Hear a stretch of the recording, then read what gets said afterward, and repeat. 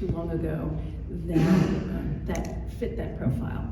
So there was a family that I planned a family meeting with, and there were 3 branches of the family because the wealth creator generation had a son and 2 daughters. And based on their family culture, the daughters were sent away to boarding school on another continent and ended up staying there and marrying and settling there and having families there. And the son stayed in the home continent and was raised to take over the family business. When the family business had its liquidity event, mom and dad had long since gone to their great reward. And the son sold the family business. And now there was a single family office that was taking care of the family at large's assets. And they engaged me to plan a family meeting to, in large part, identify and develop and foster the next generation of leaders in the family. And as part of my process, I determined that these three branches of the family didn't even know each other, much less have any kind of common trust element. So what I did with this family meeting was I identified one member of the next generation of the family who was a photography enthusiast. And I sort of played Cyrano de Bergerac, and I whispered in her ear, and through her, we organized a photography exhibit.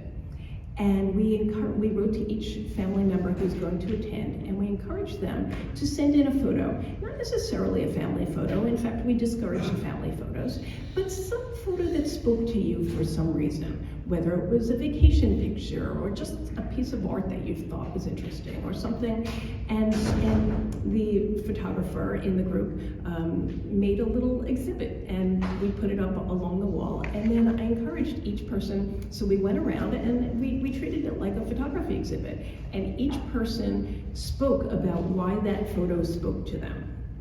And in that way, they were able to share something really personal about themselves without sharing something too personal about themselves to people who were ultimately practically strangers.